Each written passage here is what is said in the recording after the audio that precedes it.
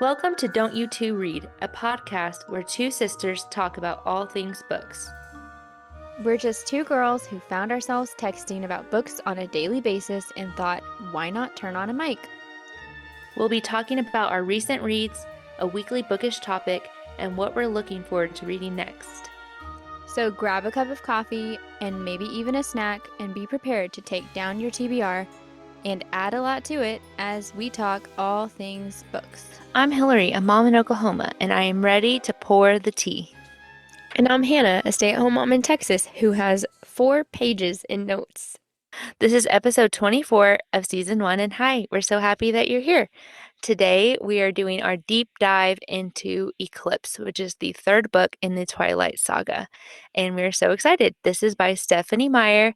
And yeah, that's basically it. That's all the intro that we need. We're not going to do any recent reads. We are just going to get into the book. So this episode we'll try to cover chapters 1 to 14. That's the plan, unless we just go stupid long and have to cut it off short before then. But the plan is to get to chapter 14, and then next week we'll get to like from 15 to the end. That's our hope. We'll see if we can stick to that exactly. But before that, Hannah, how are you? Are you excited to get into it? Yes, I watched the movie over the course of 2 days this week. And did you get to watch it or no? No, that's my failing Ah, is I did not get to watch the movie. I read the whole book obviously, and then I blame my library. I'm just kidding. It was oh, I yes. um it's not a big deal. Obviously, I think Twilight the whole series is just having a resurgence right now, and it's my fault for assuming I could get it quickly because it's, like very old, Mhm. and it was not the case. There was a long wait, a long hold on it, and I did not plan accordingly. I will be prepared for Breaking Dawn, which is crazy. We have to be even more prepared because there are two movies for Mhm. Breaking Dawn. But that's kind of nice because they split it up for us, like in Yeah. topic. If you need to interject with anything, just stop me for the movie stuff. But anyway, let's get started on that. So I'm getting my book. I actually have my paper book with me. I went ahead and did myself the favor of in between the last episode and this one.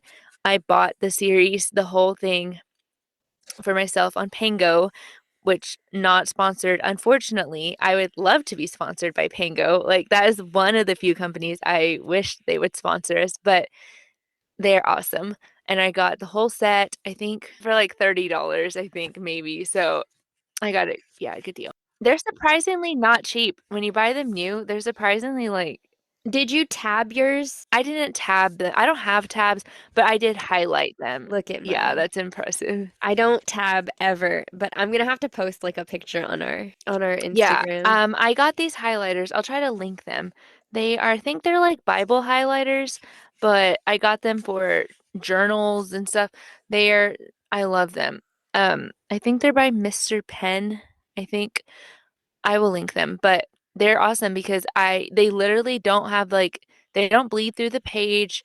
They don't add that little like, that inky Mhm. thing at the end Yeah. that and they're not very bright. So if you want super bright, these are not it. But they're not like crayons or anything. They're ink, but they're just not, they don't go bleed through. And I think they would not bleed through a Bible either, which is like really thin. But anyway, That's the goal. I don't usually highlight books. It's rare, but I was like, oh well, like I kind of would benefit from it for this series, this Mhm. read. Okay, so let's just get into it right off the bat. We both have notes, so we're just gonna do it like we did the last style. So we're just gonna work our way through the book and then stop as we think things.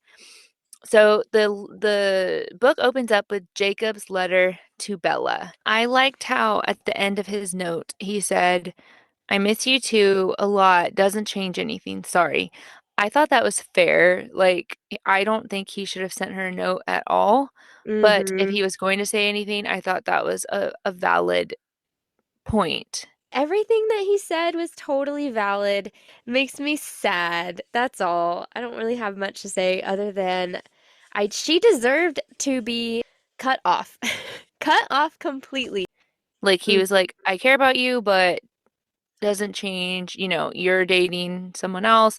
What was it the issue between like why he couldn't talk? Is it because like she's dating someone else, period, or because she's dating a vampire? As we see in this book, I would say it's that he's a vampire because Jacob, time and time again, says he doesn't care. Like that he's fighting for Bella and, like he knows she has interest in Edward and he's still like trying to win her over. So I think it's because he's a vampire and wants her to be that she is ultimately going to become a vampire also. I do want to say, I one thing I think Stephanie Meyer does really well, better than a lot of writers, is that I feel like she recaps you of what has happened in the last book or books really well without feeling like she's just going on this novel. Because I've seen either authors do one of two things. Like, one, ignore it, like, don't recap you at all and just Mhm. expect you to remember everything. And then, or that they go and tell like almost a chapter of just synopsis of what happened. Mhm. Both are kind of annoying. But Mhm. I feel like she does like just like puts little pieces of like nuggets of information and I like it. Like it's Mhm. just enough to be like, oh yeah, yeah. Like she'll remind you about, oh, the Volturi, they said this, and you're like, oh yeah, I remember that Mhm. they said, I don't know. I think she does a really good job at Yeah, I thought that recalling too. stuff. But I did have some notes after this. So that's basically what she's doing. Like she's re recapping us from our last book, but Bella's just like going through her day. But something I thought was interesting is Charlie, she has a conversation with Charlie right off the bat, like chapter one. They have a conversation. Charlie's cooking, and Bella's like, what? Charlie's cooking? And she said, Edward wasn't here yet. Usually, my dad reserved this kind of behavior for my boyfriend's benefit, doing his best to illustrate the theme of unwelcome with every word and posture. And then she said the word boyfriend had me chewing on the inside of my cheeks with a familiar tension while I stirred. It wasn't the right word at all. I needed something more expressive of eternal commitment. But words like destiny and fate sounded hokey when you used them in casual conversation. So she was like, boyfriend is not serious enough for Edward. I care about him more than just like boyfriend, which is kind of weird because, she's 18. But one would think if you're like boyfriend's not serious enough, one would think like the next term would be husband, like if you're like Mhm. boyfriend's not cutting it, you would think, no, I want to make him my husband. That's what, but no, like it instead she like turns the tables and she says fiance because she said Edward had another word in mind and the word was the source of the tension I felt.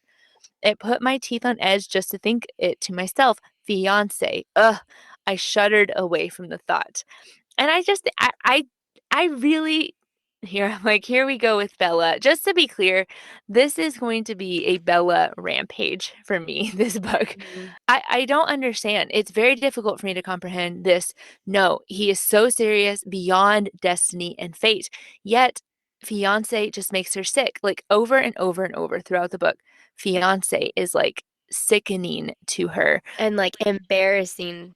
Yeah, physical reactions to it. Uh, And then, yeah, she's like, I'm embarrassed. What would I say? What would I say to my mom, my dad, to Jessica? I'm like, oh my God. Like, I mhm. don't know that you're ready to be married. Like, if someone was saying they wanted to get Mhm. married, I'd say you're not ready, Mhm. much less what, her wanting to change her Mm. whole body. But that was concerning to me. But then another thing that was concerning to me is because Charlie wanted to talk to Bella and he mentioned, or because he's upset that Bella's not talking to Jacob anymore. Like he doesn't know why they're fighting, but he knows like Bella has told him that they're fighting and she's not talking to him. And he mentioned something to her and I wanted to get your thoughts. In chapter 1, Charlie makes the comment that he said he's basically worried about Bella and he says, you were always so happy after spending the day with Jake. And she said, I'm happy now.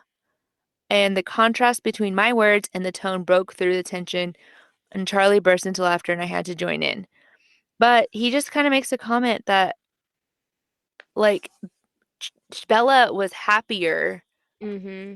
with Jake, like whenever she would hang around with Jacob versus now. He was worried about her. He's like, I'm worried you're spending all this time with Edward, but you used to be so happy after spending time with Jake. Kind of insinuating to me that she's not like that necessarily with Edward. I've said this time and time again. She was more carefree. And I remember in New Moon, she would laugh all the time, and that Charlie specifically felt like he noticed a huge change in her. Not just like post Edward leaving depression, but like in general, I feel like Jacob brought out this lighter side of Bella. And with Edward, I mean, she's always in mortal danger. There's always something for her to worry about. And or when they're happy, it's like we've said before, it's like soulmates, fate, or like destiny, or whatever she's saying. It's just strange. It's not like Not normal. yeah. And then I have like it's in the same scene. She's talking about Charlie, how she said how she got punished from the last book or from the bikes and running off to wherever she went for days. So she has rules like kind of like grounded. Edward can only come over to hang out from 7 to 9:30. Bella is just like pissed. And she's just like so mad. She's mad. But then like he stays. She's like he stays overnight unbeknownst to Charlie. So I'm like, what is wrong with you? Like, how much more time do you need with this person? I don't know. I again, like I just don't understand her brain, I guess. She's with him at school too. She's with him at school. Yeah, he probably picks her up from Yeah. school and then goes to school and then like they have a tiny gap and then like the scene where like he comes to show up. Well, first she's mad at Charlie. First she's mad at Charlie. She's like he is so rude. She says Edward was always flawlessly polite though Charlie didn't deserve it. And I like rolled my eyes like could have fell off my bed because Charlie doesn't deserve his politeness. Absolutely ridiculous. And then she sees him and she's like running to the door. Like she can't even stop herself. She's like is running to the door and she's like, "Oh, there he is, a god." It's just I don't know. It just drives me nuts. I was thinking when we were talking about that, on The Grinch, whenever they're doing Cindy Lou Who's doing the interview with the mayor, and he's like, something not pleasant, the color not right.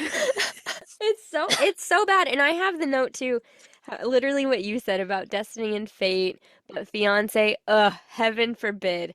And that is part of my note for the movie. Overall, from start to finish, the movie made Bella much more likable, much more agreeable. She still had, like, obviously where she didn't want to be center of attention, but she was so much, she was just much more pleasant in the movie. And in the book, I feel like we really got to see, like, with, like, in New Moon, we've seen it the whole series where, like, she's hmm rude about the party. She's like, ugh, like, hmm just dragging her feet for It's everything. it's because I think we get a first person depiction in this That's book. true. So we are Yeah. getting Bella's thoughts, like her real thing. You know what I mean? Like in the movie, we're getting third person. We're just seeing it happen. And Kristen Stewart gets to present it how she wants. But in here, we see like how she's saying, I'm embarrassed. I'm embarrassed to Yeah. even tell anyone this, or I'm shuddering. Like I feel like vomiting thinking about marrying him. Like, but she Yeah. doesn't say that in the movie because that'd make her look bad. Yeah. That's true. Um, okay, so still in this chapter, something I wanted to say was so, Charlie says she needs to talk to Jacob. Hey, forgive him, forgive him. And so she talks to Edward later and she said, I need to make it better, Edward. I owe him that. And it's one of Charlie's conditions. Because Charlie said, hey, I will, but kind of like bribes her, like, hey, I'll drop your curfew or, like your grounding, but you have to make up with Jacob. Like, oh, he didn't say you have to, sorry. He like strongly encouraged, like, I'll make it right. If you make it right with him, I'll basically like, Along with other friends, he's like, you need to have balance, not just Edward. yeah, he didn't say she had to, but he strongly Pretty encouraged her much. to do Yeah, that. pretty So, yeah. much. So, anyway, he said, His face changed while I spoke, turning hard again, statue-like. You know it's out of the question for you to be around a werewolf unprotected, Bella, and it would break the treaty if any of us cross over into their land. Do you want us to start a war? So I didn't like this at all. This was like the beginning of like, okay, it's out of the question for you to be around a werewolf. Who says? Yeah. Edward, I get. Legit. Edward says she cannot be around a werewolf. I mean, over and over, we see that Edward is behaving like a parent to Hmm. Bella, and it's weird. It's this weird, like, not even like, oh, hey, that would make me uncomfortable. It'd be really unsafe. Or just to be honest and say, no, I don't like, you're my girlfriend. I don't want you hanging out with other guys. Like, it was none of that, which would have Hmm. been to me more reasonable. He's just like, hey, you're not allowed to be around a werewolf. And then I just feel like he was being super manipulative by saying, do you want us to start a war? What? Like, how is that? Hmm. Where did that come? She just said, hey, I want to see my friend. And he's like, do you want to start a war? I thought that was so weird and manipulative. Yeah, I have an entire section about all the times that I felt like Edward was controlling and Oh, that good. and that was the start. That was the first instance. Red flag number one. My notes say, do you want us to start a war? Okay, then be quiet. So that is not what he said, but that was the vibe of it. Just And then like, she says, "Well, it's my fault. Like he's having a really hard time and it's my fault." And Edward is like, "Well, you've done nothing wrong, Bella." So again, I'm like, Bella is just enabled. Like at every turn, he controls her, but he also enables her. No responsibility ever. And we'll see that later too. Bella can do no wrong. And then, okay, Hillary made a comment about this on her Instagram, and I have a note about it. it's about Wuthering Heights. So the same as we saw Romeo and Juliet in the last book, we see a lot of parallels, and we see that she's picking Wuthering Heights for Mhm. this book. Yes, because they're talking about Wuthering Heights. They were talking about Kathy and Heathcliff, right? And they're saying they're neither one are likable because Edward's like, they're both the worst. Bella says she loves it because there's something about the inevitability, how nothing can keep them apart, not her selfishness or his evil or even death. And so he says, I think it would be a better story if either of them had one redeeming quality. And Bella says, I think that might be the point. Their love is their only redeeming quality. So, yeah, and I have in my notes, I feel like this is telling us about Bella and Edward 100%, which is funny because I never really thought that the first time around. Yeah, definitely. It was definitely, I think, just shadowing their story. Like, it's almost like the author knew they're Yeah, not likable individually at all. The only good thing about them, and which is what we have said, right, is like, it's not that I like Edward necessarily better, it's that I think they fit. Edward is better for, makes more sense with Bella, but that's Mm. it, which is not like the greatest amount of praise, but that's it. That's what, I mean, and that's what our sister said too, because Hannah asked our sister Heather, who do you like, Edward or Jacob? And she's like, well, I like Jacob better, but I think Edward made more sense with Bella, which is again is like over and over. That's Hmm. Edward's and Bella's only, you know, thing going is that they were better for each other. Hmm. So anyway, we end that chapter with basically they're kind of at an impasse because she's like, I want to make things right with Jacob, and he's like, nope, you're not allowed. And she's like, well, you can't really stop me. And he's like, well, I'm gonna try to stop you. Just very weird. Yeah, and something else to note in this chapter, we see that Charlie, he is like reading the newspaper or something. Someone's reading the newspaper. There is killings happening in Seattle. Seattle. Yeah, so death toll is on the rise. Police fear gang activity. That's just like a heads up. Comes back later. Okay, so in chapter two, I believe that this is when they're at school and Alice is acting funny and Bella knows that Oh, she's yes. seeing some. She's Yes. like, I can tell that Edward obviously read Alice's mind, and she's like, something's going on. You're not telling me, and they're not. They're not telling her. They're like, it's fine, don't worry. Like she saw And something else. he like spaces out and avoids Mm-hmm. her for what, days? I feel, yeah, I don't know. A day or two? Yeah. Yeah, it's for some time. He won't tell her. Then he's like, let's go to Florida. Like, let's go visit your mom. It's the perfect time because you're gonna graduate, and this might be the last time that you're gonna see her because, as we know, Bella wants to become a vampire at graduation. So she's like, okay, we'll go. But then at this point, this is another red flag number two, I believe. He says that it wouldn't matter if you were here or on the other side of the world, you still would not be going because she wanted to go to La Push. And so here he is again Mm-hmm. saying, it doesn't matter if you're here or there, you're not going to see Jacob. So she has a talk with both of her parents. Before she goes to Florida, she talks to her dad. This is where Charlie gives her the sex talk, basically, or kind of. He's just like, "Hey, are you being safe? Are you being?" And she's like, "God, Dad, no, like it's not like that." Basically, unfortunately, but so that was very awkward, especially because Bella's 18, and I'm like, that it is too late, sir. Yeah. But they have that conversation, and Charlie, but it's too late. But Charlie, at least to his credit, was trying, trying to reach Mhm. out, trying to be a good dad, more than her mother could say, honestly. But Charlie was kind of concerned too, like with Edward. I feel like he had just some concerns with that because he was like, I feel like you're just moving so quickly, you're so attached to this guy, whatever. And then so she goes to Florida, and her mom basically says the same thing on Mhm. their walk. She's like, and that was interesting too. She was like, "You guys revolve around each other." Basically, she was saying it was like gravity. And then also in this chapter, there's a moment where Bella is talking to Charlie and he, mentioned something about Jacob. And so she's like, "Oh, do you care if I go visit him tonight?" And Charlie's like, "Yeah, go ahead." Yes. So Oh my God, that made me so angry. so she goes to go in her truck to go see Jacob, and her truck will not turn on. Then we find out that Edward, well, he's there. He's in her truck.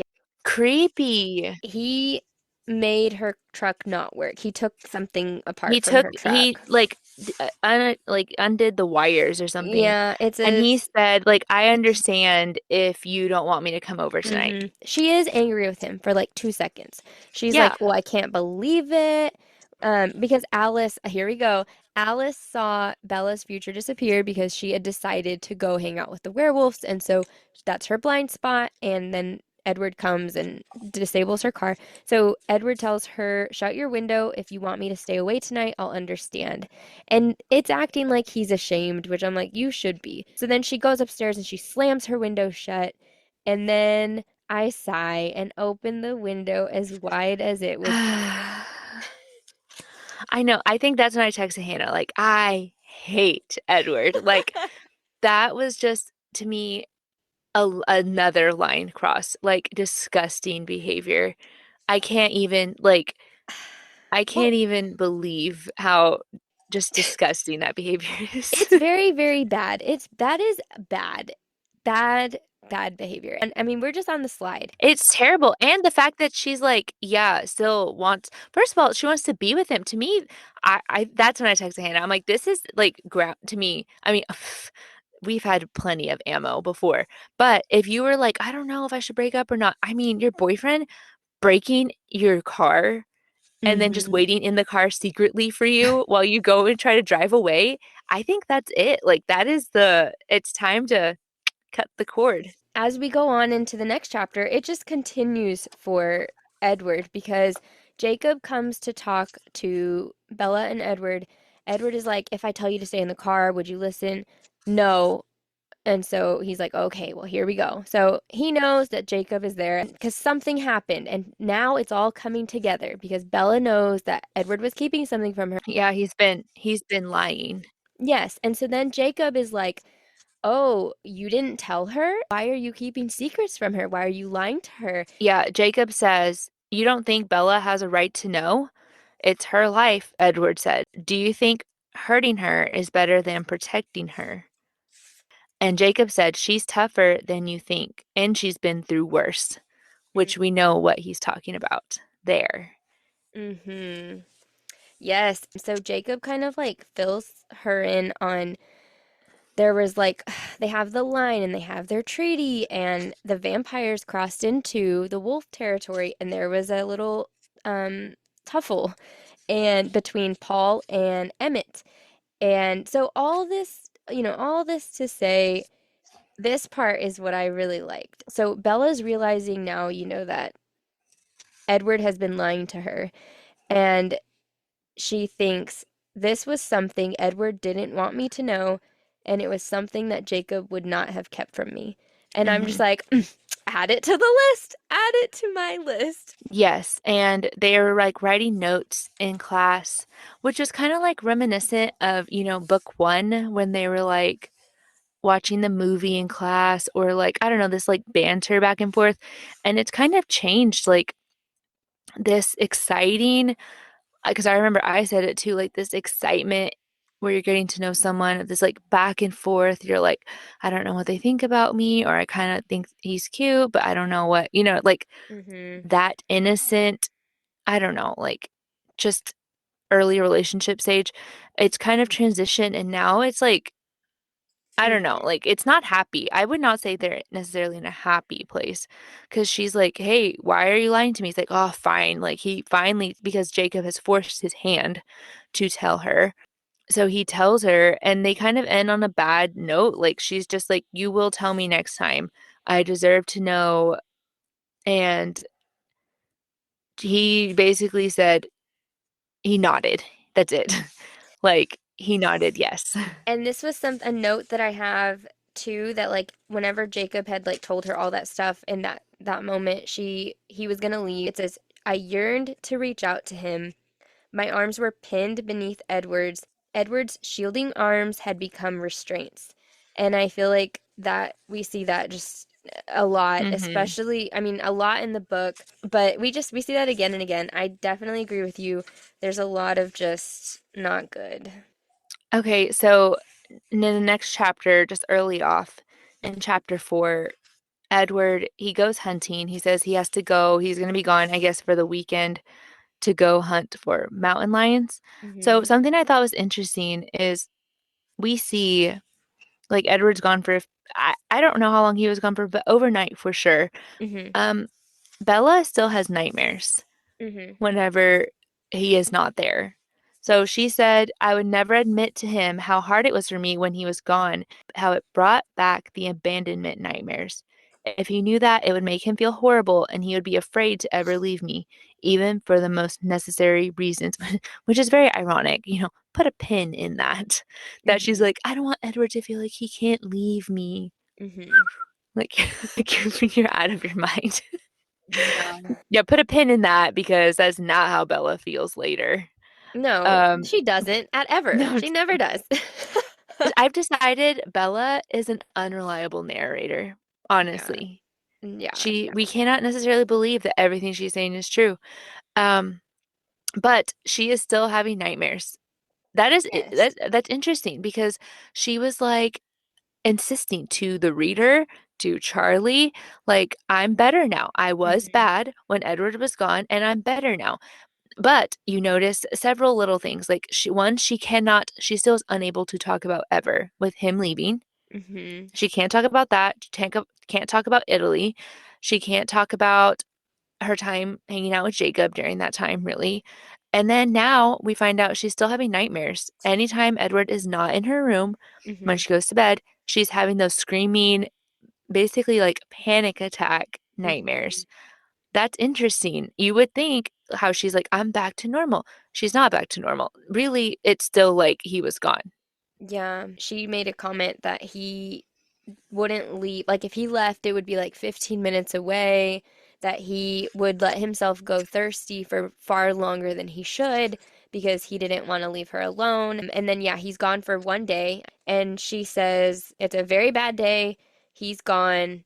But tomorrow he will be back and I will survive. Yeah, it's very weird. Yeah, she couldn't see him for 24 hours and she was like about to have a mentee bee. Um, Hmm. One thing I made a note of these few things that so far Bella has admitted to. Okay, one, she has said she is being mental. She had told, I think, Edward that, like, I'm just being mental, like, as a joke. And I'm like, no, you are. She said, maybe I just need therapy. Yes, you do. And then she also says, right around the same page, maybe I have OCD. And I was like, yes, that's what I've been saying. You're like a breakthrough. Yeah. I'm like, that is exactly what I've been saying this whole time. Like, you do, you have like, I truly, that is one of the disorders I had told Hannah that I think Mhm. she might have, like OCD, maybe borderline personality disorder. She has something. And this is ahead, but at 180, so later on in the book, Jacob asked her, he asked if she has OCD. And which I don't think they're taking it Interesting. seriously, like a serious mental like evaluation, but she is aware. So that's the thing, is she is slightly aware that she's being difficult, Mm. at least. Okay, so like Interesting. when Edward's hunting, he's gone, he's far. So what was interesting is he's far away and Bella has to go to work. And so this is where she's eating like one Cheerio at a time, just crazy behavior. So then she goes to work at the Newtons. What is she? I forget what they call it. Their outdoor store, basically. She's at the store and they don't need her because it's too slow. So she's like bummed out because she's like, great, now my whole day's ruined, which is funny. And so she's walking out the door. She's like, well, I have no idea what I'm going to do with my whole day because Edward's not going to be back until I don't know if she was going to be back that night or the next morning. So literally in her car, she's like, I'm going to go to La Push. Like it'll take me 15 minutes to get there. And then before I cross the line, by the time I cross the line, it'll be too late. Like Edward can't do anything to stop me. And so she makes a run for it and she figures out the system basically that Yeah. if she does something spontaneously, then she can shock them. She can work around Alice basically as if she Hmm. doesn't decide anything till last minute. If spontaneity, Alice does not do well. So Bella goes to La Push. And that was interesting. So she does. She gets to see Jacob. And I thought that was sweet. Like she was really happy to see him. He was really happy. Like he was they're forgiving to each other. Hmm. So I thought that was sweet, their reunion. But they make it Yes. really clear. Basically, he's like, are you allowed to be here?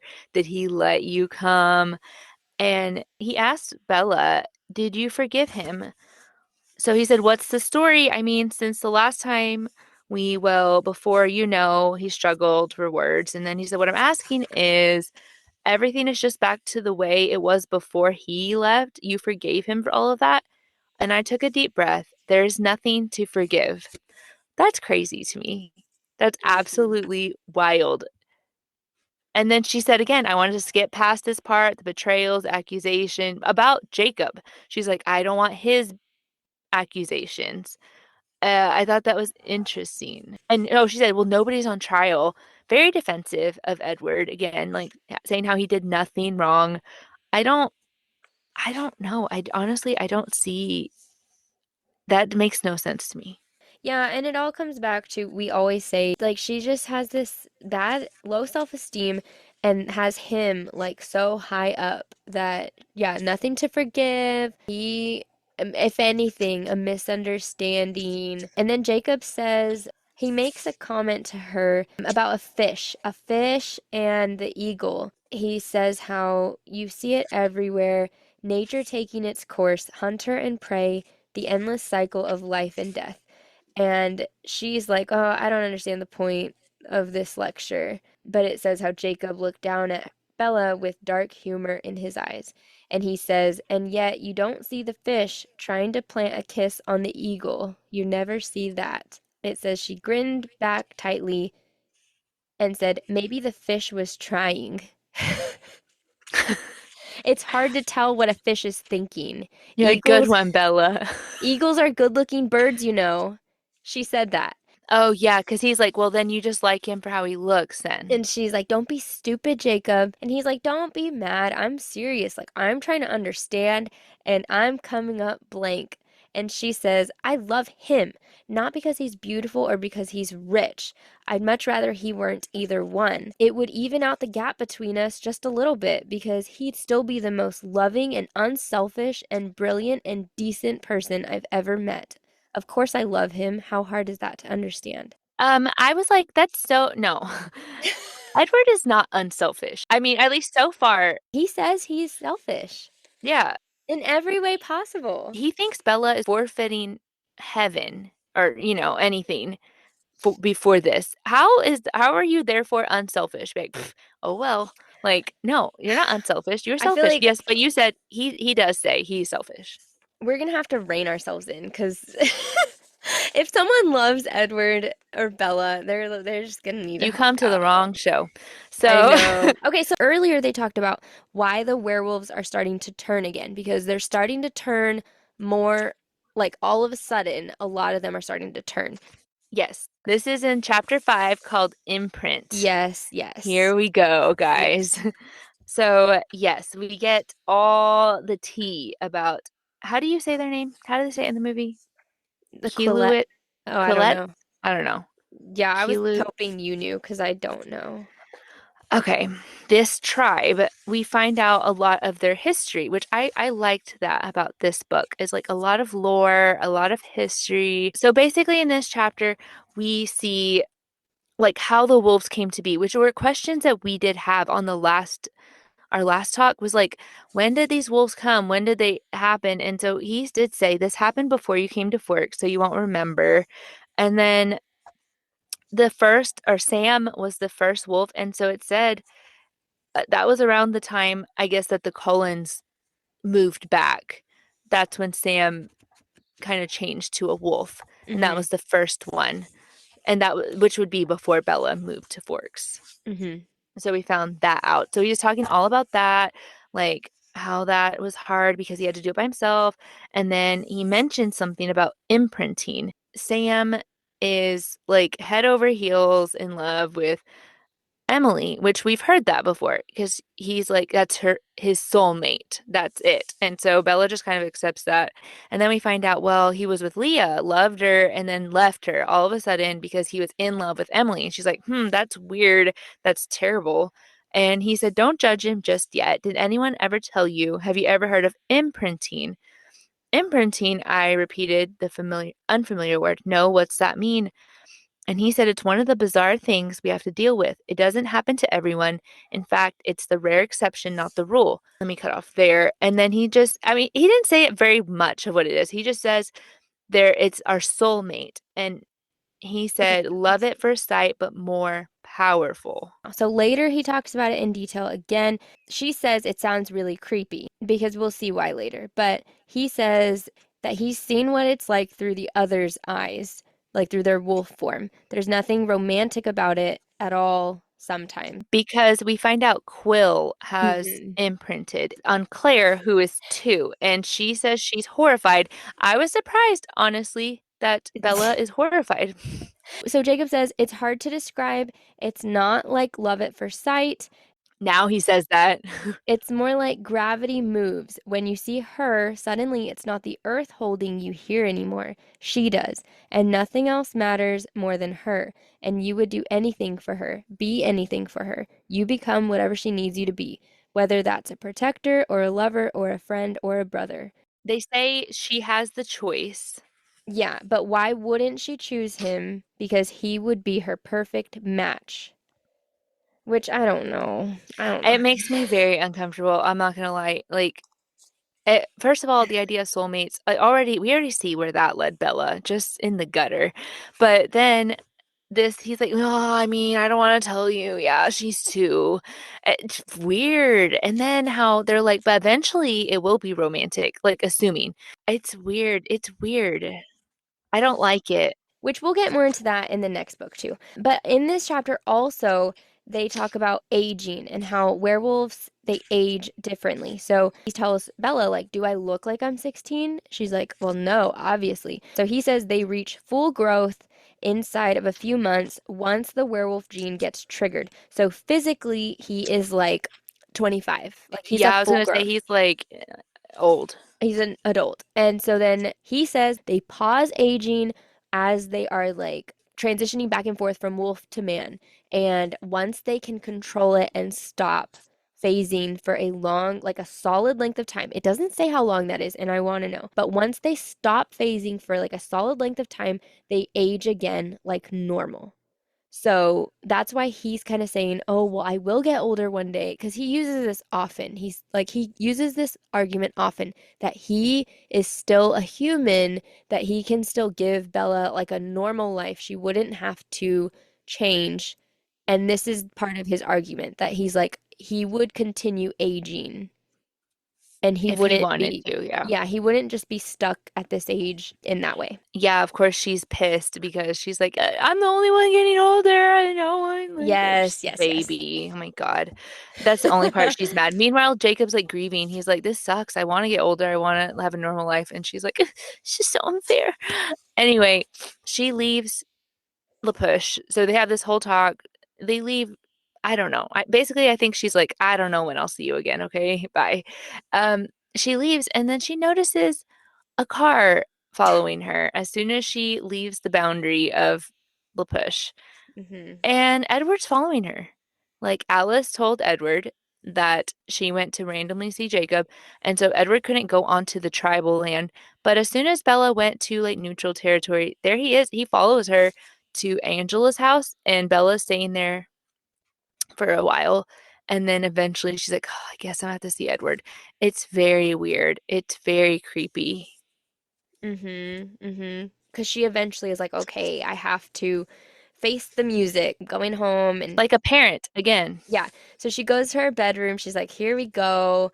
I'm gonna get it. And he is angry. He's like, do you know how worried I was? Do you have any idea how close I came to crossing the line, to breaking the treaty and coming after you? Do you know what that would have meant? And she says his eyes were cold and hard as night. He didn't hunt because Oh of this. yes, yeah, he didn't hunt. As soon as he left, she Alice, here we go again, add it to Alice's list. He's Yes, I'm telling you. so Alice calls Edward and Edward runs back. He's just losing his mind and she's like, he's not dangerous. He's not dangerous, Edward. There's nothing to worry about. And Edward says, "Well, you're not the best judge of what is or isn't dangerous." Yeah, and he bans her again. And he says, yeah, you're not allowed to go there again. And she's like, "Well, I'm sorry. I'm sorry. I'm sorry I made you anxious." And she's like, and he's like, "Well, don't worry. That's not happening again." And she's like, "Oh, yes, it is." Hmm. And they kind of fight for a little bit. And he's like, "There's not going to be a next time." And she's like, "No, well, kind of thinking of ideas." And he's like, "No, mm-mm. I'm not negotiating this, Bella." And she says, "Neither am I," because she is like, she's actually, kind of pushing him back more, I think, than she normally does. Yeah, it was interesting because she usually doesn't push him back on anything. She kind of gives into him always, eventually, but she is giving him a little pushback. But it's funny because she's like, no, no, don't, I'm Switzerland. I don't want to be a part of your drama, his drama. Leave me alone, leave me out of it. Which Angela kind of spoke into this. She goes, I don't think it's about any of this drama. I think Edward's jealous of Mm-hmm. Jacob. That's it. Because Yes. Edward's like, no, it's not that. It's because of the tribe and because of the treaty, and it's because he's dangerous because he's a werewolf. And Angela obviously doesn't know any of that stuff, but she's like, no, he's jealous. That's it. Which Yeah. obviously, yes, that's what it And is. and I have this as my red flag number 8, that he is did not hunt. And so he leaves to hunt And he says, I'm not going that far this time. and he pays Alice by like with a car, pays Alice to Yeah. kidnap Bella, and they use that term too. Kidnap Yeah. Bella for days, driving her to and from school. And there's several instances where Bella is like, "Oh, do you have to drive me to school too?" And Alice is like, "Yeah, sorry. That's part of the deal." And I'm just like, "What is She has to be the happening?" one to take her places. She has to stay at Alice's house Hmm. until Edward comes back. Um, and Bella had plans, by the way. She's like, well, next time Edward leaves town, I'll come see you, which is another that's weird too, Hmm. honestly, for Bella to be like that, to be like, when my boyfriend's gone, I'll come see you. That's a red flag too. But So she knows Edward didn't hunt. He needs to go hunting. So he's going hunting and she's planning to see Jacob. And then, yeah, Alice is like, surprise, I'm kidnapping you, but for real. And she calls Jacob, like, hey, I can't come. I'm being kidnapped by, a sleepover and whatever. And he's like, well, do you want me to come get you or do you need help? She's like, no. Basically, she's just like, I'll cause more trouble. I'm just gonna stay here. Mm-hmm. It was disgusting. Oh, again, I just can't believe this behavior. I mean, Jacob's mad, and he's just like, can't you have a life even when he's gone? Or does he lock you in a coffin? And she laughs. And he's like, well, I don't think it's funny. Like, he's not joking. She says, I'm only laughing because you're close. So because she is, she does, and she even says, "I'm kind of being held prisoner." Like she says this, like she is bizarre, very very bizarre behavior. But we do get to the story. The A good story, scene. yes, my one of my favorites. We Okay, head take it away, into Hannah. so we go into chapter 7, and this is when we finally get Rosalie's backstory. Her chapter is called Unhappy Endings, and basically she tells Bella her story, and this is a quote that I thought was mm. She says, "Would you like to hear my story, Bella? It doesn't have a happy ending, but which of ours does? If we had happy endings, we'd all be under gravestones now." And I was just like, oh, there it is. There it is. So Rosalie is kind of like talking to Bella. She's like, I want to talk to you. Rosalie tells her she really valued superficial things and she was young. This is when she was a human. And that it seems like her parents were not well off and her dad's boss son, so like the rich guy, he liked Rosalie, thought she was beautiful because she was, and he wanted to have her. So then she was just happy that she was going to be all the things. She's like, I'm gonna be rich and beautiful and be married, and her dream was to have kids. And she says that she was young. I think she was like Bella's age, but she's like, but I was ready. Things were different then. Anyway, he ends up being a horrible person and ends up like assaulting her, and it's just a terrible situation. And she ends up like dying, and that's when Carlisle, they lived in the same town, which I thought was interesting too. Like he was the doctor there. And Hmm. so like he knew who she was. And so he saw her whenever she had been attacked, and he decided to save her, turn her into a vampire.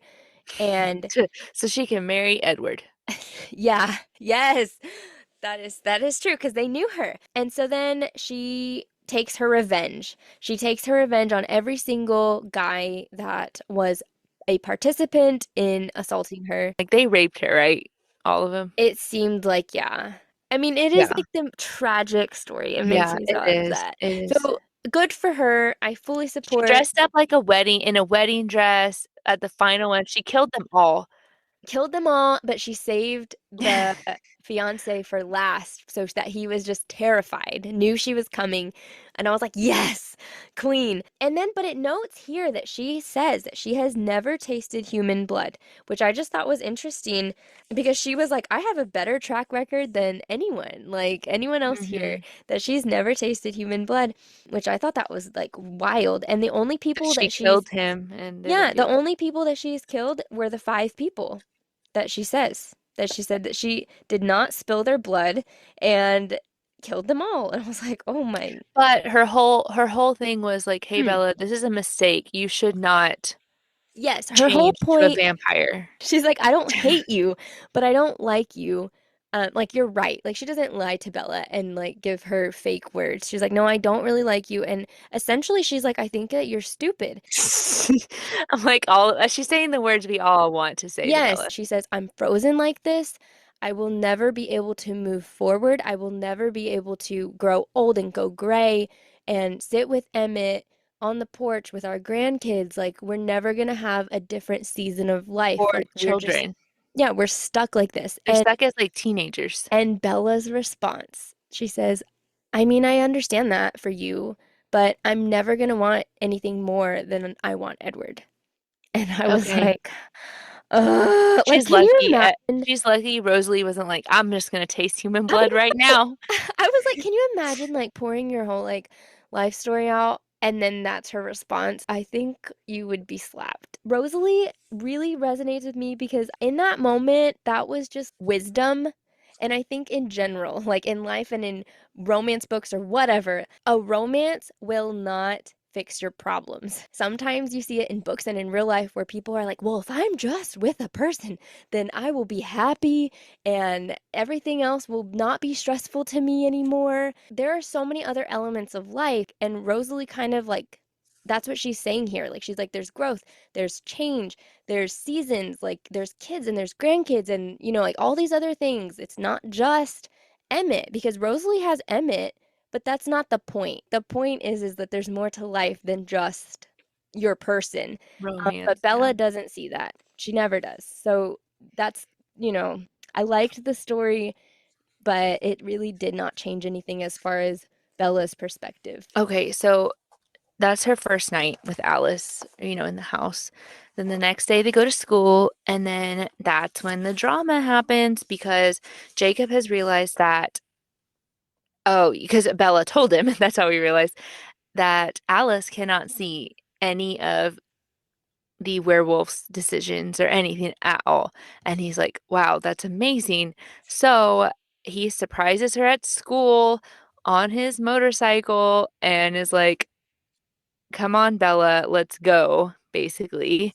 Mhm. And she immediately decides, like, I'm getting on his bike and I'm going with him. And that's what they do. Yes. And of course, Alice doesn't see it because it's spontaneous and Bella barely decided, so she missed it. So they just hang out basically at the beach again. And we covered a lot of what they talked about there. Did you want to say anything else about there? I mean, just it's more of the same in New Moon. He's trying to flirt with her at the beach, Oh, holding hands again. touching her cheek, yeah, trying to hold her hand. She slaps him away, and he says no, he won't stop. That she can have him the way that he is or not at all. And she That's weird says, too. I don't know. that's one of Jacob's red flags, I will Yeah. acknowledge. And she says, you're mean. And he says, well, so are you. And then she thinks, Uh-huh. she's like, I am mean and I'm greedy and I'm selfish. And I'm the worst and I'm ugly. So yeah, that I thought that was yeah. So, and so he drops her off with Alice after they hang out. And Bella's like, this is too bad because Alice is going to lose the Porsche, which I didn't feel bad for Alice. That's despicable. You deserve to lose that Porsche. But then Edward comes back home and he's like, where's my punishment? Bella's like, later. Like, as usual. It's just, she's all bark, no bite. Like, literally nothing. I'm like, you're weak. So Yes, yes. she's always like, I won't. I'll do what I want. I can do it. Or follows through with And then anything. she's like making out with him, can't control herself. Yeah, she's like, Yeah. oh, well, let's just go all the way. And Edward's like, no, we're not, it's not going to happen at all. Um, anyway, and Edward says, like, I'm not going. He knows what happened. He knows she went to La Push. And he says, I'm not going to hunt as far away anymore. It's not worth it. And he said, like, his anxiety can't handle it. But he says, like, he's been doing some thinking and he is prejudiced towards Jacob, which like he still won't admit it at all. Like he's just like, I've been prejudiced towards werewolves, but I'm going to let you do what you want, basically. He says, like, if you want to see Jacob, that's your choice, Hmm. which is an interesting flip in what he has been saying. Do you feel like that's to his credit? Because I mean, No, you don't? no. I did, but then later Jacob does I mean way later in the second half, what we'll cover next time. Jacob's like, don't you believe for a minute that he has been doing this to be good. This is his game. Like And he is see, playing this game. That's a good point because to me, I was like, okay, he apologized and he told her, okay, I'm gonna trust your judgment, Bella. Like, you want to go make this happen, and it's just making it like worse for everybody by me trying to keep you from doing it. It's pushing you further, basically. I think Yeah. that's what he realized. So Like, I'm pushing her do away. you think it was still like a manipulative thing though, to be like, I don't okay, know. I don't know. I was I don't like, know. okay, I'll give him a bone. I felt I felt a little bad for Edward in this because I also understand why you would not want your girlfriend hanging out holding hands with another guy. I think that's fair, but it is your responsibility if you're going to have a girlfriend to communicate with her and tell her that, you know? And if you cannot, then I don't know what to tell you.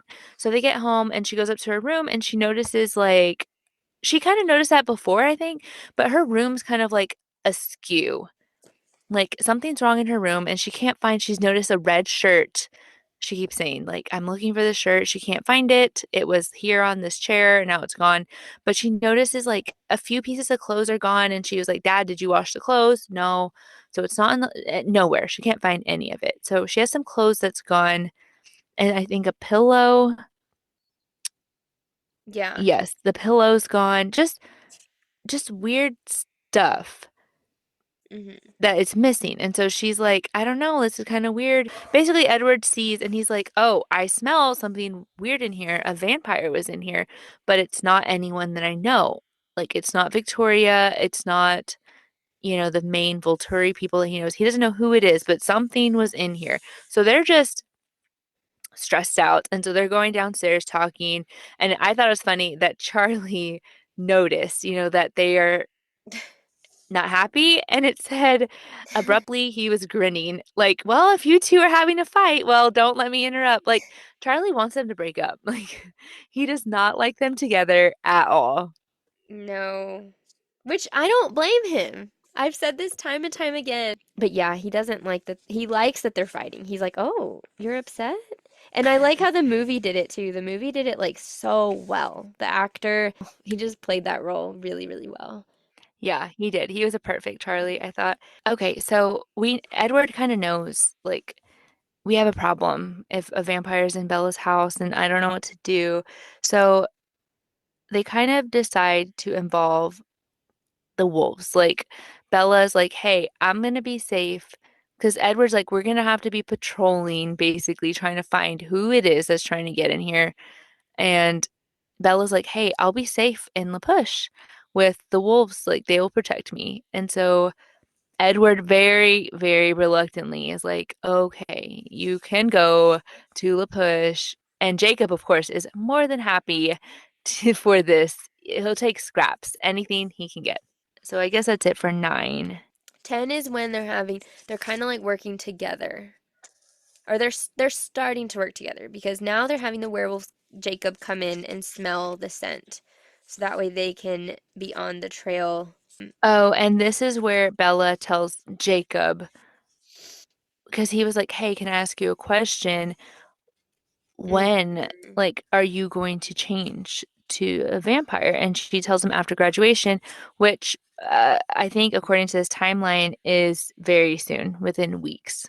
Mhm.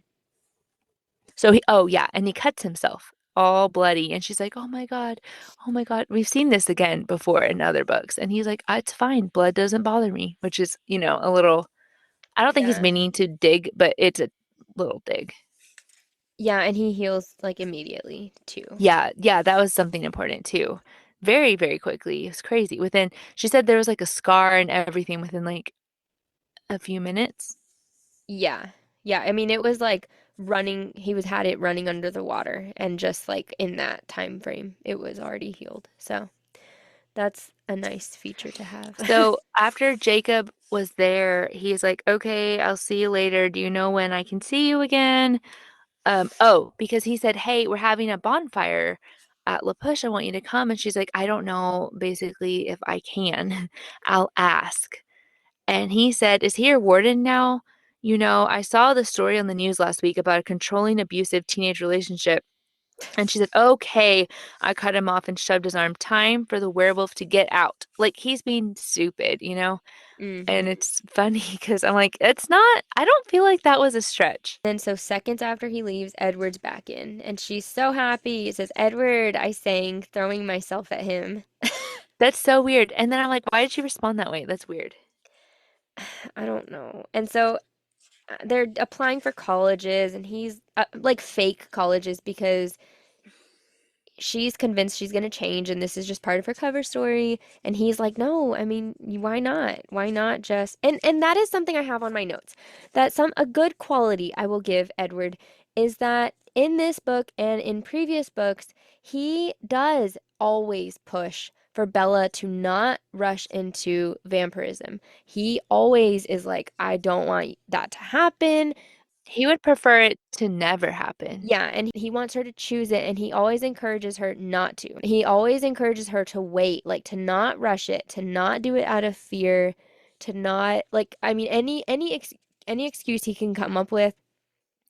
He's really like he does push for her to not because he knows, and that's where Hillary's like, well, he should have left in the first place. But I'm like, yeah, but I think that he did take it seriously. It's not like he's just like, okay, she's obsessed with me. Let's just do it. Like I feel like he took it seriously and was like, no. And he explains to her why, like about his soul that comes back up again. But then he does ultimately say, well, my selfishness is overriding right and wrong. So I give him the benefit, and then it's like, here we go back. Like he just he can't get past that. It's just it comes up over and over. And they're also still really scared. They're scared about two things, like one, the vampire in Bella's house, and then they're also scared, like Hannah mentioned earlier, about the Seattle killings. They don't know who's doing that, but there are more and more and more. At first, they're like, it's a serial killer. And then um, Edward and his family start to think, I know this looks like a vampire's work, maybe a newborn vampire. That's what they're saying. Like they are Mm-hmm. frantic, they kill a lot often, just no control. So anyway, Edward's has a lot of anxiety over this, and he said he allows Bella to go to La Push. And this one, I did feel a little bit sorry for Edward because he goes they go to his garage, I guess, and she sees that he buys a motorcycle, and it was kind of sad because he said, she's like, "What is that? Is that Jasper's?" And he's like, "Well, I just thought, what did he say? I Mm-hmm. wondered if you would still want to ride your bike anymore, anymore. It sounded like it was something you enjoyed. I thought I could go with you if you wished." And I thought that was nice. Like that was one thing we did see that he was like, Bella says she likes riding motorcycles. I'll compromise. I'll get a motorcycle and I'll go with her. Mm-hmm. And she was just like, I can't keep up with you. Like, and he said, I keep pace with you, Bella. And then she, Mm-hmm. well, wouldn't it be fun for you? And he said, Yeah. of course it would if we were together. I do believe him.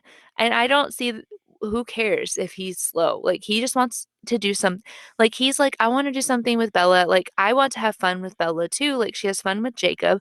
Mm-hmm. I want to have fun with her. She likes motorcycles. I'll get a motorcycle. And she says, "No, I'm not doing it with you." And he said, "This is something you do with Jacob. I see that now." Mm-hmm. So she says, I stared at the beautiful machine. Beside it, my bike looked like a broken tricycle. Oh my God, I I know. I felt a sudden wave of sadness when I realized that this was not a bad analogy for the way that I probably looked next to Edward. Oh my God. And Edward never says any of that. Like to his credit. He says like you look sexy. He gets her a helmet, he gets her a jacket. I think this is a good move on Edward's part. Like, and he says you can go, which I don't think he should allow her to do anything. It's her boyfriend. It's ridiculous. He totally switched. He switched gears because he's like, Yes. you don't have to ask my permission, Bella. I'm not your father. So he's going the opposite I way. think he's realized he has been very extreme, Mhm. very controlling, and it's not working out for him. It's not like it's pushing her away. So he's like, "All right, I'm easing up," but it makes him sad, and that made me sad. I felt bad for him quite a Yeah. bit. Poor Edward. So she goes to the tribe again, and then we find out more legends, a lot more legends. So the legend of the wolves, we're not going to get, I don't really intend to get deep into this. I mean, No. obviously, we've all read it. Just how the wolf people came to be. I liked it. It was interesting. Long, very long. But it's like how the wolves came to be, how their relatives and ancestors, like they passed it on generation to generation. Of course, though, the one that Bella resonates with is the what is it, the third wife? That's what Uh-huh. they call her, the third wife. The third wife. And essentially she was just like, long story short, she like has a self-sacrifice moment where she's a human and she can't really help, and so her way of helping is to Kill um herself, yeah. yeah, so that way the blood will make the vampire enemy go crazy and not be able to focus. And so that was like very resonated with her because she's like, well, I can't do Of anything, course. but if I can do anything, then I could do that. Yeah, it's We'll very see this weird. later. So Yes. but something I liked about this chapter at the very end is she sees that Edward had been reading Wuthering Heights, and she Yeah, found this it is good. lying open on the floor where Edward had dropped it the night before. So she goes to see the page that he was reading, and she sees this paragraph. But at the very end it says, "The moment her regard ceased, I would have torn his heart out and drank his blood. But till then, if you don't believe me, you don't know me. Till then, I would have died by inches before I touched a single hair on his head." And so she's like, oh, interesting. This must not be the page he was on. Yeah, because he's talking about another man that I hated him with a hatred that turned my life to gall. I never would have Hmm. raised my hand against him. You may look incredulous if you please. I never would have banished him from her society as long as she desired his. Yes, that was important. And So basically, he's not going to get rid of Jacob because Bella wants, and he knows a part of Bella loves Jacob. ugh, okay, chapter 12. She's trying to rush her. She wants to become a vampire now. She's like, Oh no, no, she doesn't. She's changed. well, okay, in this chapter, he says, you're not ready. She's like, no, I am. But she's also like having this fear. She doesn't tell him that, but we see that she is having reservations. That she's like, well, I could go to college, or like I could, have a little bit more time. But she is still in her panic because she says that she's like, I have to help. I could maybe fight with you guys. Mhm, that's so ridiculous. She's like, they'll be here. They're coming. They'll be here like in a week or Yeah. so. Hmm. I'll help. I'll go to battle. I'm like, what? And she's like, well, yes, I need to because of Victoria and Jane and Caius and whoever was in my room. And he's like, no, no, no. Like, this is all the more reason that we need to wait. I liked how Edward said, if there's any way for me to become human Mm-hmm. for you, I would do it. Instead of her becoming a vampire, he would sacrifice anything just to become human. Yes. And so she's like saying, well, you just don't want me to become a vampire. And he's like, no. Yeah, he doesn't. Again, I was like, we've discussed this Yeah. 3 or 4 times already. It's ridiculous. She's like, well, I want to know why. Like, the whole truth. Don't spare my feelings. I want to know why. She's like, you're not going to be tired of me? Yeah, because, well, then this is when that idea, I think, I could be wrong. She starts to think, I don't know, because they're like, she's like, oh my God, graduation's coming up. I didn't realize it so soon. Like, she starts to panic. Like, is this, am I ready? Like, have I experienced everything I want to as a human? Because she said, because Alice frowned at me, Bella, do you know what day it is? And she said, Monday. And Yeah, she yeah, rolled her yeah. eyes. Yeah, it's Monday, the 4th. Exactly. Graduation is 1 week from today. And she's like, it can't be. How did this happen? Like time flew, and she said, I felt like someone had kicked the legs out from under me. The weeks of stress, worry, somehow in the middle of my obsessing over the time, my time had disappeared. My space for sorting through it all, for making plans had vanished. I was out of time and I wasn't ready. I didn't Mm-hmm. know how to do this, how to say goodbye to Charlie and Renee, to Jacob, to being human. Um, I knew what I wanted, but I was suddenly terrified of getting it. So that does not sound like you know what Mm-hmm. you want. Like she was like, yeah, I'm ready, I'm ready. But then it's come up and she's like, I Yeah. I'm gonna pick a fight instead. She asks him her question, why do you not want me to become a vampire? And then he's like, okay, now you need to answer my question. Yeah, Why this was sad. why don't you want to be my wife? And what does she say? She goes like insane. So she's Scarlet. She's She's like, it's it is embarrassing. That's what she said. so embarrassing. Hiding her face against his chest. And he's like, "What? Why?" And she's like, I'm not that girl, Edward, the one who gets married right out of high school, like some small town hick who got knocked up by her That's so boyfriend. Do ugly. you know what people would think? Do you realize what century this is? People don't just get married at 18. Not smart people, not responsible, mature people. I wasn't going to be that girl. That's not who I am.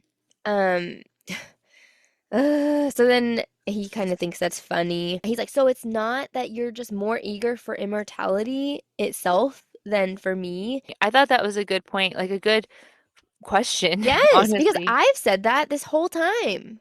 Does she want to be a vampire because it's different, because it's cool? Or does she Mm-hmm. actually genuinely love me? I don't know. I think she does care about Edward. I don't think that's it, that she's like, I think I want to be a vampire. Mm-hmm. But I think she's drawn to him because he is a vampire. I don't know that she would be drawn to him otherwise. In the movie, and I don't, this to my knowledge did not happen in the book. In the movie, she has a whole speech how she's like, I have always felt out of place in this world, and I have never felt like I was understood and fit in with people, and like I've always been awkward and this and that. And she's like, No, that doesn't exist. I realized that I was made for your world and made for that. And he's like, so it's not just about me then. And she's like, no, it's not just about you. Me and Josh were like, please. So the whole point, I guess, is that like fate was that Bella just needed to be a vampire. But that's different than the book for sure because she's like, no, no, no, it's nothing to do with that. It's you. I love you. Mm-hmm. But she's still insistent. She's like, I don't want to be your wife. And so she's like, so you're still like sticking to that. And he's like, yes, if you want me to change you myself, I want Mm-hmm. to be married. And I feel kind of sad for him because he does open up a little bit here. He's like, I want that. Yeah, he's like, I want a wife. I want he wanted kids. I'm assuming he can't like that. He kind of was like, well, it's out of the picture, but he's like, I wanted to get married. I wanted to have a family. I wanted like that's what I want. And I feel kind of which we'll address that a little bit more later. It will come up again.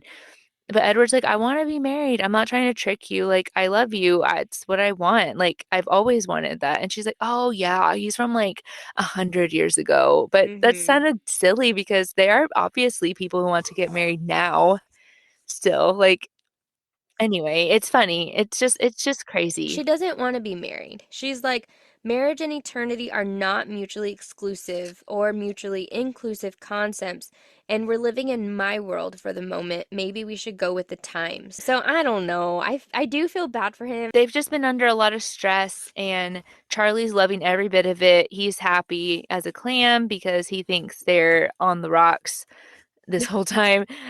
We continue to see it says Mm-hmm. Seattle terrorized by slaying, so more and more people are dying. At Mm-hmm. this point, we see And Alice is having a hard time. She can't see anything.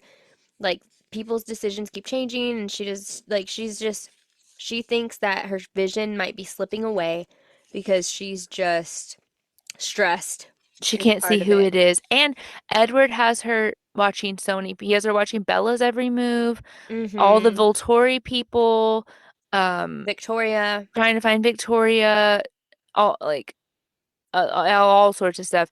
He is demanding her to do all this stuff for him.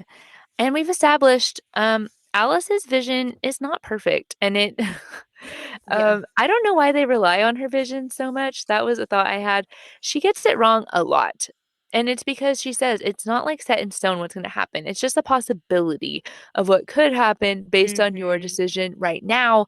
But if you're like this evening, if you're like, I'm so angry, I'm going to break up with him. And then in the morning you sleep and you're like, that was dumb. Like, I'm not going to, you know what I mean? Like, it would change. Mm-hmm. So, like, her future is very unreliable. Mm-hmm. So, but anyway, she's unreliable. but she can't see it. She just is too blurry. But 39 deaths at this point. So a lot. That's a lot Yeah. of murders in, like, what was it, a few weeks? Yeah, that's a lot. A lot of murders in one city. So Seattle police is not happy. So that happens. Hang on, there's something else. We're almost to the end of our stuff. Yeah, we get Jasper's backstory. Yes, so they're like, yes, it's newborns, and it probably is more than one because they're like, it's too much. Yeah, and so then they're talking about newborns, and they're like, well, why is she not being able to see it? And then Jasper's like, well, is it indecision? Edward is like, no, it's knowledge. There's someone who knows that you can't see anything until the decision is made. Someone is trying to hide from us. They're playing with the holes in your vision. So Alice is like, well, who would even know to do that? So they're still not sure who is the problem. They've suspected the Volturi. They have different theories. Yeah, they don't But they know at they don't all. know.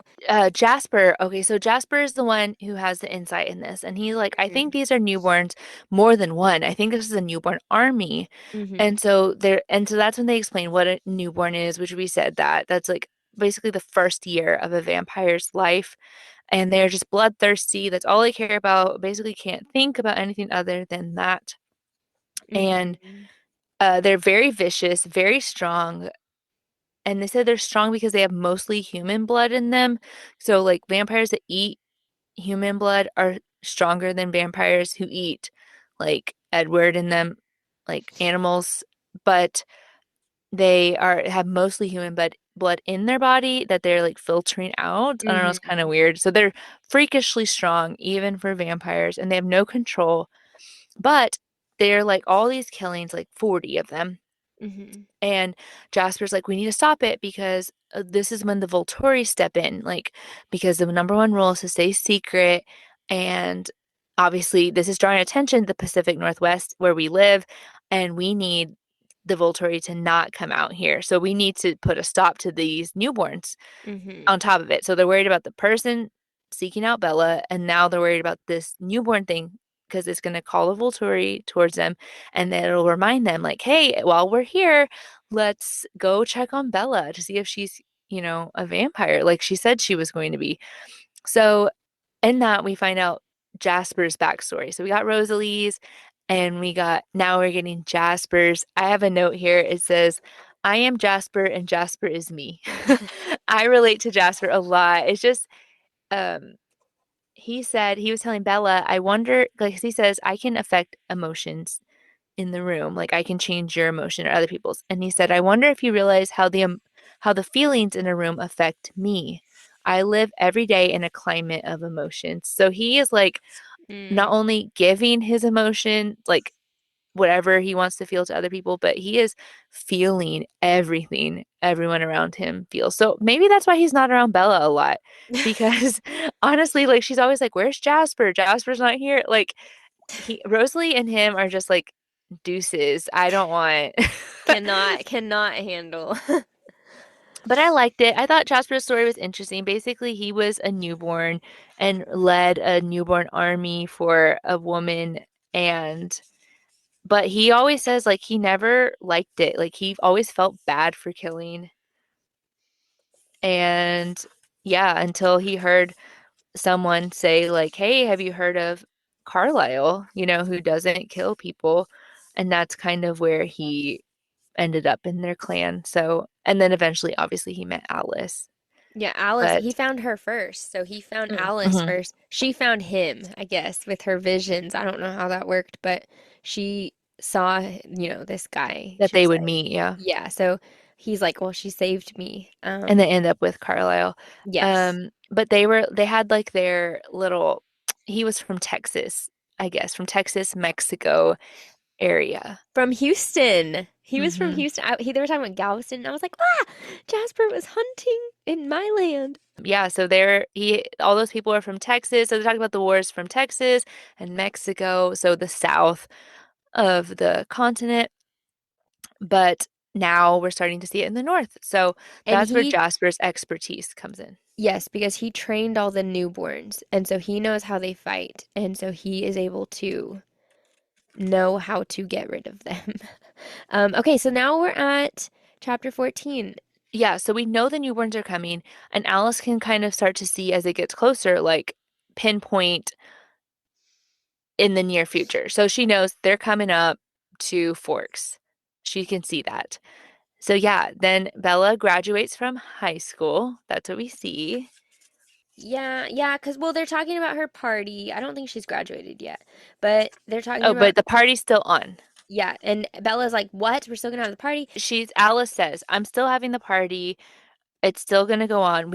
That's the whole point. If you're going to be a vampire, you have to accept that you have to go on. Like life like normal. Yes. Okay, so they're starting to prep because they know they're coming. And so at this point they say like they're starting to go out in like hunting parties because they want to go hunt as often as possible so that way they can be as strong as possible. They I thought switch this was out. interesting. Bella was like, "Does, bigger game makes you stronger?" And he's like, "Yeah, human blood makes us the strongest." Jasper's been thinking about cheating. He's just practical, but he won't suggest it because he knows that Carlisle would say no. And Bella's like, well, would that help? Oh my God, I know. And she's like, yeah, go kill some people. Yeah, and he's like, I don't know, it doesn't matter, we won't change who we are. And then she's just thinking, well, if it helped even the odds, she's shuddering, realizing that she was willing to have a stranger die to protect him. She says, I was horrified at myself, but not entirely able to deny it either. We were watching the movie and Josh is like, I'm just surprised that she never once like offered herself to like drink my blood. I was like, No, she didn't quite do that, well, but I was like, I'm surprised too that she wasn't like, just do it. just kill me. She gets so babysat basically. So in them Oh, doing yes, this yes. hunting things, someone has to guard Bella at all times, Yes, yes. which I kind of get because someone's been in her house and stuff. So they take turns. So they said Jasper and Emmett, they're up.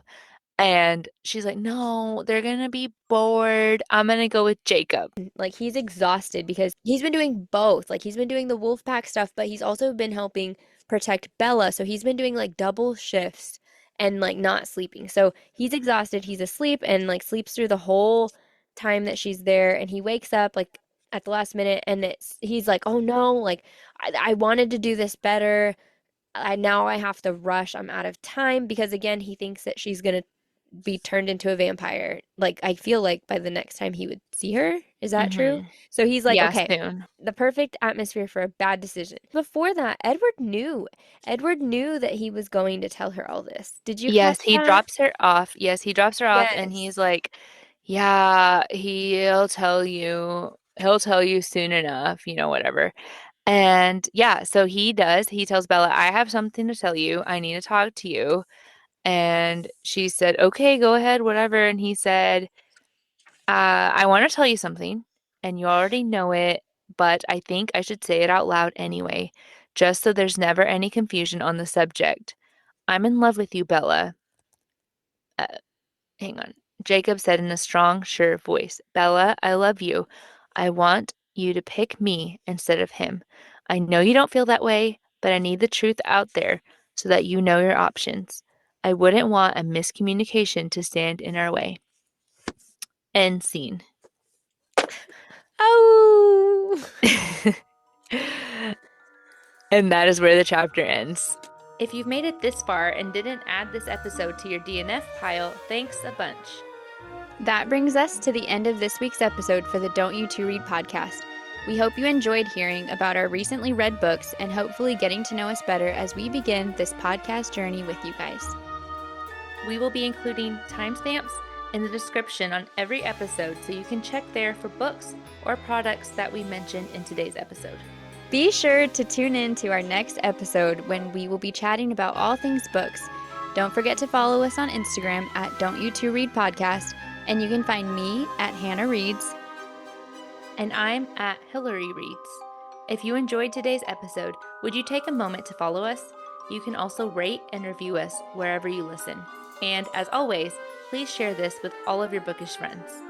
Thank you so much for joining us today. Until next time, we hope you have a magical week filled with 5-star reads.